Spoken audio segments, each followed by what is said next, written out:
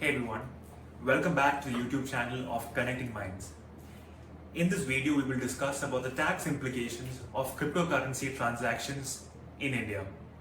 Now, according to the Finance Minister, there has been a phenomenal increase in cryptocurrency transactions, both in terms of magnitude and frequency in the country.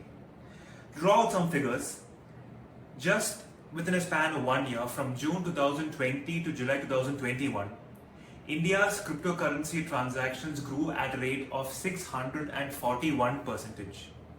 And in 2021, with 48 rounds of funding, India's crypto market and blockchain investment grew at $638 million.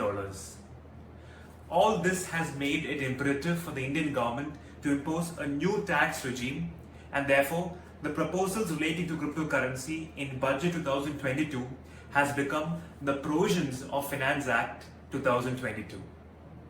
So to begin with, there was a definition which was brought in called Virtual Digital Asset or VDA. The definition as such is pretty complicated, and therefore I've tried my best to break it down to small parts that becomes easy to understand. So VDA or Virtual Digital Asset is a code, a number, an information or a token, whether in Indian rupees or not, generated through cryptographic means or otherwise, which provides some sort of a digital representation for money being exchanged, whether in rupees or not, for use in financial transactions or as investments, and which can be traded, stored, transferred electronically. It also includes a non-fungible token or a NFT, and it covers all kinds of digital assets. So to put in simple words, anything and everything that we can think of under the term cryptocurrency has been clubbed under this definition. So in this way, the government of India has played a smart move. They have neither said that this dealing in cryptocurrency is legal, nor is it illegal, but all that they are saying is, yes, there are going to be some type of taxes being imposed on all cryptocurrency transactions in the country. Now, the entire taxation can be split into three parts.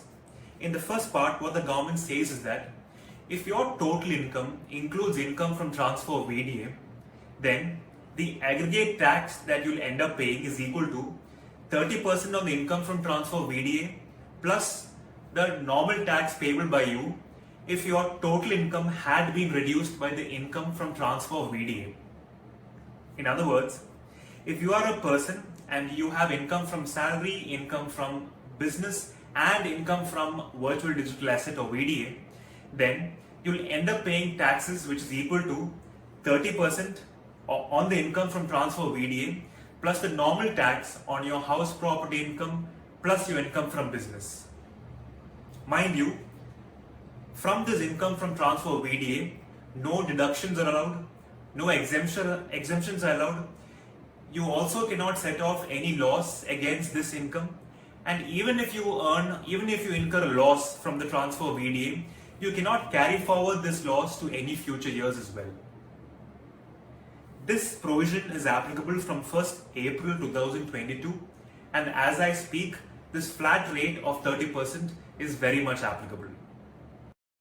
Now, the objective of the second part was to widen the tax base of all cryptocurrency transactions.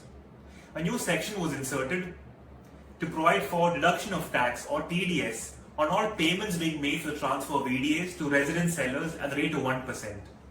In other words, if I am a buyer and if you are a seller in India, then if I am liable to make payments to you for the purchase of VDAs, then as a buyer, first I am liable to deduct 1% on such payments before I release the same to you.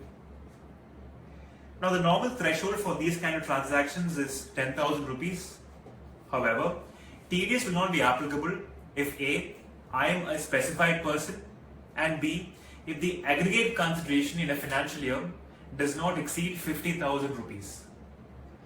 So the next obvious question is, who is a specified person? Well, a specified person is an individual if he has business, that the total sales or total turnover from the business should not exceed 1 crore in the preceding financial year, or if that individual has a profession then the total professional receipts should not exceed 50 lakh rupees in the preceding financial year.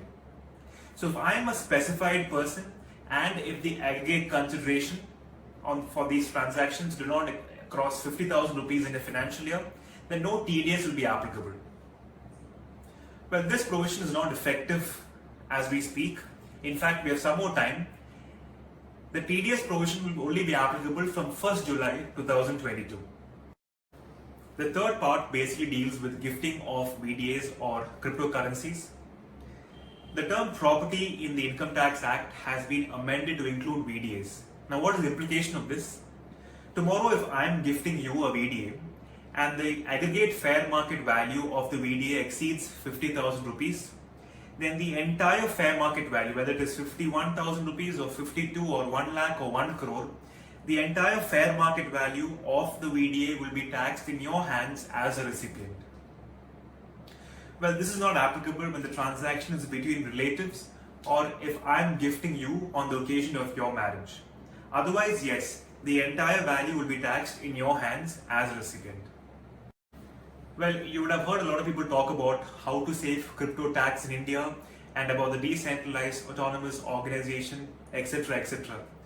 But the main purpose and intent of this video is to make you aware of the three aspects of taxes on all cryptocurrency transactions.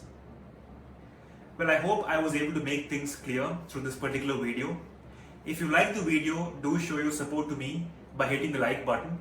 If you want to become a member of this channel and receive notifications on a regular basis in terms of informative videos like these, then do hit the subscribe button.